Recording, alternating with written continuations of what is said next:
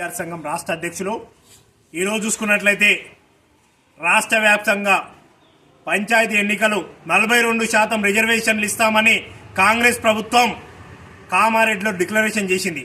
48 డిమాండ్ల మీద బీసీల కోసానికి హామీలు ఇచ్చిరు. కానీ ఆ హామీలు తడిగుడ్డకు తోటి గొంతులు కోసినట్టు కోసిరు ముఖ్యమంత్రి రేవంత్ రెడ్డి గారు.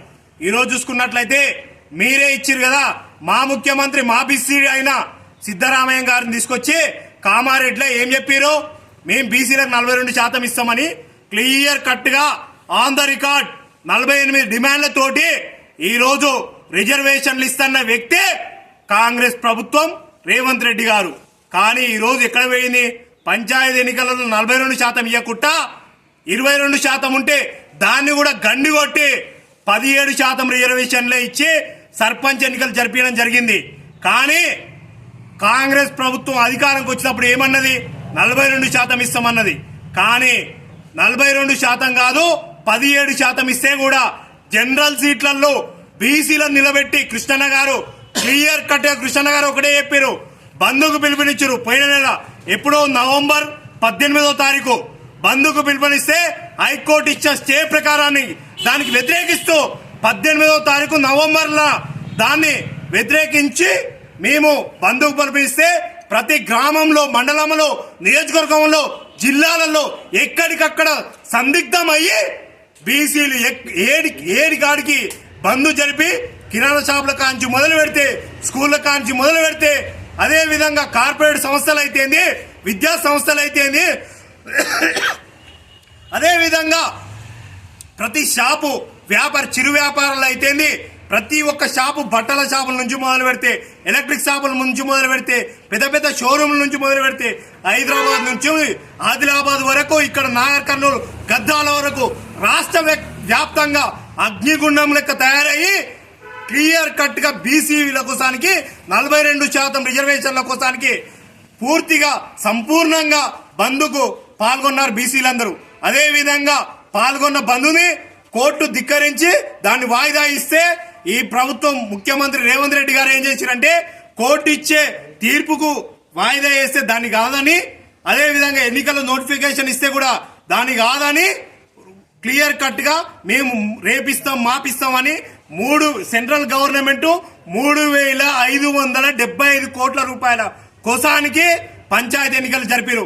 ఆ ఎన్నికలలో ఏం చెప్పారు, క్లియర్ గా బీసీలు 52% రిజర్వేషన్లతోటి రిజర్వేషన్లు ఇవ్వకపోయినా సర్పంచులుగా వార్డు మెంబర్లుగా గెలిచిరు. రేవంత్ రెడ్డికి ఏమర్థమైంది, కర్రు కాల్చి వాత పెట్టిరు. బీసీలు కాంగ్రెస్ ప్రభుత్వం గెలవకపోయినా కాంగ్రెస్ ప్రభుత్వం రెబల్ గా పోటీ చేసి మరీ గెలిచిరు. అంటే దాని కారకుడు ఎవరు, ఆర్ కృష్ణన్న గారు ఒక్కరే అని నేను తెలియజేస్తా ఉన్నాను. ఎందుకంటే కృష్ణన్న గారు 50 సంవత్సరాల నుంచి అలుపేరగానే పోరాటాలు చేస్తుండు బీసీల కోసానికి. అప్పుడే ఎన్టీ రామారావు ఉన్నప్పుడే 34% రిజర్వేషన్లు పెట్టించారు. గత ప్రభుత్వం ఏం చేసింది, దాన్ని 34 నుంచి 22% రిజర్వేషన్లు కొనసాగించింది. దాన్ని ఈ ప్రభుత్వం ఏం చేసింది, 17% రిజర్వేషన్లకు సందిగ్ధం చేసింది.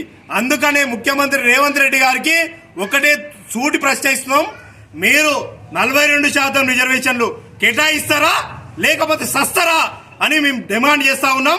42% రిజర్వేషన్లు ఇవ్వకపోయినా జనరల్ సీట్లలో బీసీలు పోటీ చేసి మరి 52% పంచాయతీలలో ఎట్లా గెలిచిరో రేపు జెడ్పీటీసీ, ఎంపీటీసీ, మున్సిపల్ ఎన్నికలలో కూడా మా బీసీల సట్ట కాలర్ ఎగరేసుకొని మరి చెప్తున్నా, 52% కాదు ఈ పారు 60% గెలుస్తామని బరాబర్ తెలియజేస్తా ఉన్నాం.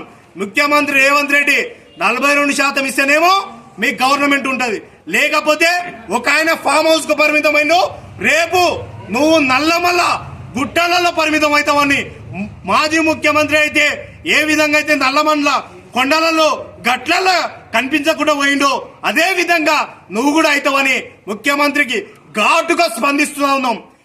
ఇంకొక విషయం, మునుగోడు రేపు వచ్చే ఎన్నికలలో 165 కాన్స్టిట్యూన్సీలు అయితే దాంట్లో మునుగోడు కాన్స్టిట్యున్సీని అదే విధంగా చౌటుపల్ కాన్స్టిట్యున్సీని ప్రాతినిధ్యం వహించేది 100% బీసీలే అని తెలియజేస్తా ఉన్నాను.